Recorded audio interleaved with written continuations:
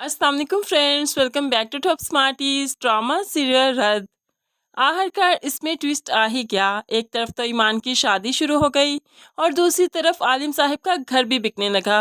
एक पार्टी को घर पसंद भी आ गया, डॉक्यूमेंट्स भी रेडी हो गए और दूसरी तरफ ईमान की मेहंदी का दिन भी आ गया। मेहंदी के दिन में तैयार होते जब उसने डॉक्यूमेंट्स देखे तो उसकी तो आंखें खुली की खुली रह गई। अब उसे जाकर मालूम पड़ा कि जैन और उसकी फैमिली कितनी लालची है। अब वो ये शादी किसी सूरत नहीं करेगी। खुद ही वो फंक्शन में बाहर आती है तो सभी हक्का बक्का रह जाते हैं, ईमान को देखने लगे।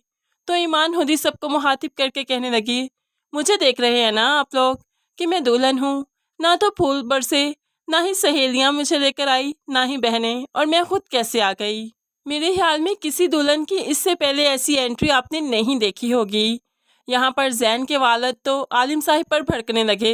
ये लड़की क्या कह रही है, ये क्या है सब कुछ, आप लोगों ने इस तरह जलील करने के लिए बुलाया क्या हमें यहाँ पर। तो ईमान कहने लगी, मुझसे बात कीजिए, हर बात का जवाब मैं दूंगी आपको। ये शादी अब नहीं हो सकती। आलम साहिब तो बेटी को देखते रहे, ये क्या कह रही हो तुम। तो अब बेटी बाप से कहने लगी, बेटियों को इतना भी बोझ मत समझ दिया करें। कोई कर्ज नहीं है ये आप पर कि जिसे उतारने के लिए लोगों को लाखों रुपए देंगे आप और फिर जाकर ये कर्ज उतरेगा। आप एक बार सोच तो लेते, मुझसे मशवरा तो करते, पूछते तो सही। मैं हरगिज ये शादी ना करती। जमील ने तो ये मौका गनीमत जाना। जैन की माँ के कहने पर फौरन से पहले किसी को कहते हुए वीडियो बनवाने लगा और खुद इस मौके को एंजॉय करने लगा। लेकिन यहाँ पर ईमान ने साफ साफ शादी से इनकार कर दिया और फिर सारे लोग यहाँ से चले गए।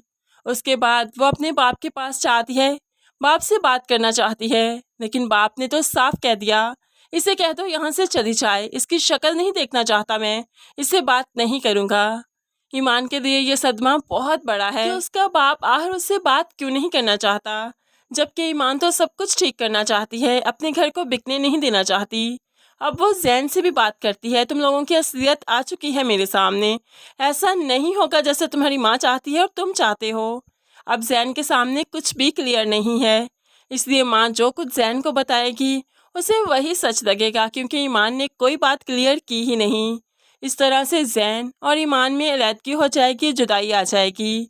जैन तो ये मुल्क छोड़कर चला जाएगा और मजनू बन जाएगा, उसकी दाढ़ी भी लंबी हो जाएगी और वो पागल आशिकों की तरह हर वक्त आवारा फिरेगा। लेकिन दूसरी तरफ ईमान जो यहाँ पर है, तो अब बाप के कहने के मुताबिक उसे सलार से शादी करना ही पड़ेगी। तब जाकर सलार की हसरत भी मुकम्मल हो जाएगी और ईमान को एक अच्छा इंसान मिल जाएगा जो बगैर किसी गर्ज से ईमान को अपनाएगा।